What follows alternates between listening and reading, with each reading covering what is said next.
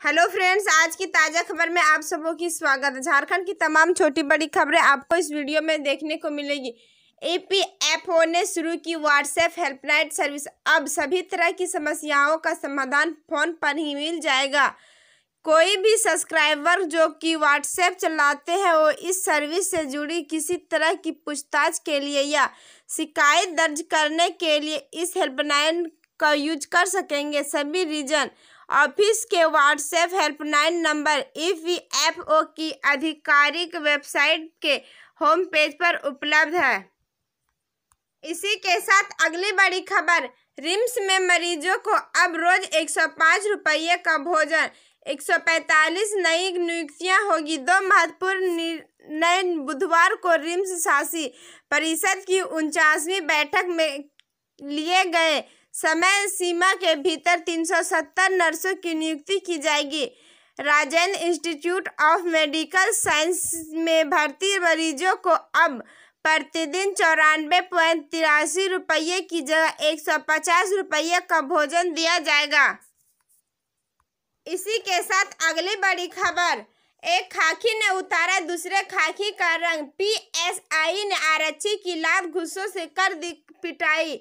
झारखंड की राजधानी रांची के बारियातू थाना में एक खाकी ने दूसरे खाकी का रंग उतार दिया। जब एक मामले में हुई शिकायत के बीच सुलह के दौरान बारियातू थाना के PSI ने आरक्षी की लात घूंसों से बेरहमी से पिटाई कर दी। व्यक्ति को बेरहमी से पीटे जाने के बाद उसके शरीर पर जख्म के निशान किसी साधारण व्यक्ति का। इसी के साथ अगली बड़ी खबर, झारखंड हाईकोर्ट के फैसले पर सुप्रीम कोर्ट के स्टे से शिक्षकों व हेमंत सोरेन सरकार को बड़ी राहत। रांची में मनाजस, देश की सर्वोच्च अदालत ने झारखंड की हेमंत सोरेन सरकार और करीब 18,000 शिक्षकों को बड़ी राहत दी है। सुप्रीम कोर्ट ने बुधवार को झारखंड हाईकोर्ट के 21 सितंबर 2020 के उस फैसले पर स्टे लगा दिया जिसमें झारखंड सरकार की नियोजन नीति को निरस्त करते हुए शिक्षक बहाली की प्रक्रिया पर रोक लगा दी थी। इसी के साथ अगली बड़ी खबर, झारखंड के गढ़वा में सेप्टिक टैंक में दम घुटने से पिता पुत्र समेत 4 की मौत।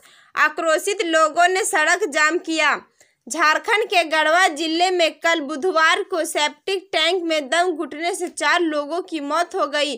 घटना जिले के कांडी थाना अंतर्गत दुमरसोत्ता गांव में हुई। जानकारी मिलने के बाद पुलिस घटना स्थल के लिए रवाना हो गई। इसी के साथ अगली बड़ी खबर, तमिलनाडु, लद्दाख, गुजरात समेत देश के कई हिस्सों में फंसे 2400 प्रवासी झारखंडियों ने वापसी की लगाई गुहार। लॉकडाउन के बाद अब अनलॉक शुरू हो गया है। बंद व्यवस्था दोबारा खुल रही है, लेकिन परिवहन अब भी मुश्किल भरा है। यही वजह है कि देश के विभिन्न राज्यों में करीब 2400 प्रवासी झारखंडी फंसे हुए हैं। उन्हें झारखंड वापसी में मुश्किल हो रही है। इसी के साथ अगली बड़ी खबर, क्यों है GST के मिले 921 करोड़ रुपये को लेकर केंद्र व झारखंड सरकार में तानातनी। साल 2018 में GST मद में केंद्र सरकार से मिले पैसों पर राज्य सरकार से नया वादा पैदा हो गया है। भारत सरकार का दावा है कि 2018 में झारखंड सरकार को 921 करोड़ ज़्यादा मिल गए थे। लिहाजा केंद्र सरकार ने इस राशि को चालू वित्तीय वर्ष में झारखंड सरकार को मिलने वाली राशि से काट लेने का फरमान जारी किया है। वहीं झारखंड सरकार ने केंद्र सरकार को इस फरमान पर आपत्ति जताई है।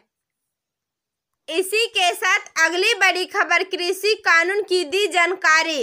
भारतीय जनता पार्टी कोडरमा नगर इकाई द्वारा बुधवार को किसानों के बीच कृषि कानून की जानकारी दी गई। यह कार्यक्रम कोडरमा नगर के बेहरवा टांड में संपन्न हुआ। कार्यक्रम की अध्यक्षता नगर अध्यक्ष गोपाल कुमार गुतुल ने की और संचालन नरेंद्र पाल ने किया।